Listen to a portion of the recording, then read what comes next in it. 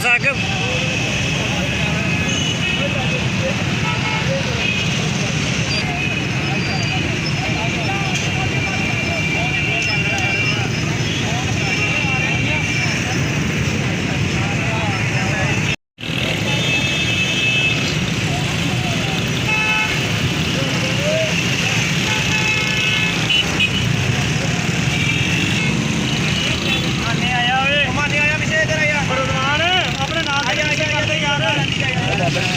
बाबा पिछले होया यार कानून साडा भी काम खराब करन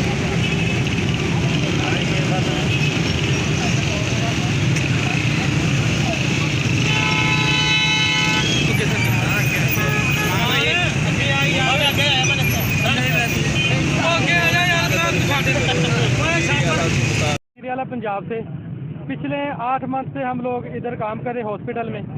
कुछ लोग डाटा एंट्री, कुछ डायलिसिस यूनिट के टेक्नीशियन थे और कुछ वार्ड सर्वेंट थे।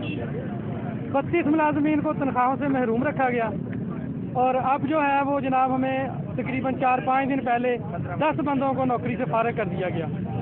हमारा मुतालबा हमारी तनख्वाहें दी जाएँ और हमें नौकरी पे बहाल किया जाए। हम 34 मुलाजमीन हॉस्पिटल में डेली वेजेस काम कर रहे हैं।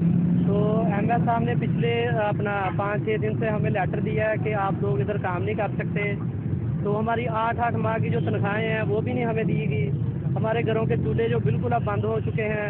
हमारी गवर्नमेंट से, वज़ीर आला पंजाब से, डीसी साहब से यही दरख्वास्त है कि हमें बहाल किया जाए।